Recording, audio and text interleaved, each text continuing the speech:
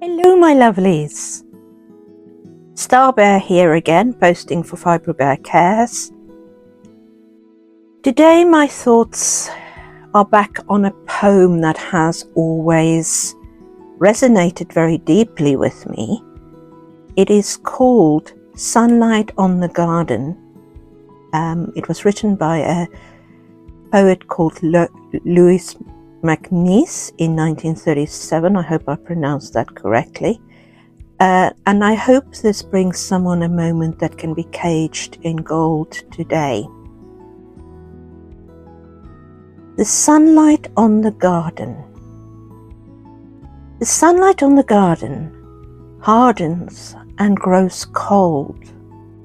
We cannot cage the minute within its nets of gold. When all is told, we cannot beg for pardon. Our freedom as freelancers advances towards the end. The earth compels upon it. Sonnets and birds descend.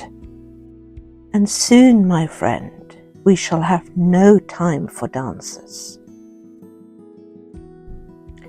The sky was good for flying, defying the church bells, and every evil iron, siren, and what it tells.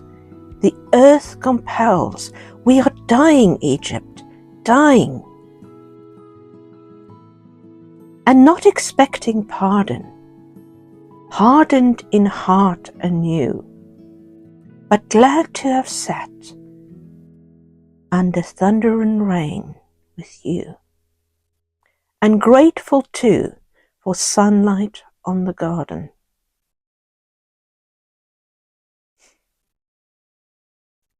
Why did this poem come into my mind today? I was sitting out in the garden today. For someone with chronic illness in the UK, the good days and the weather rarely aligns. Today wasn't a good day, but Raccoon, my best friend and housemate, was working from home today, and the sun called from outside, and I gave her some peace by sitting outside.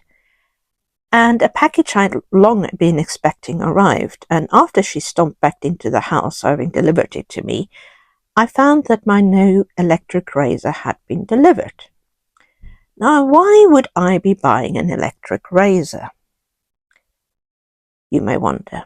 Or some of you may have guessed. It's for my head. You see, when you have chronic illnesses, sometimes you realize that holding on to things that complicate your life just because of what society might expect is more harmful than healthy. And looking after long hair takes a lot of work, especially when you're dealing with seborrheic dermatitis, which I do. It makes it even harder. So I sat out in the garden and shaved my own hair very, very short. This way I can, in future, keep a close eye on my scalp and avoid issues developing. I have never been a beauty, and I will never be one.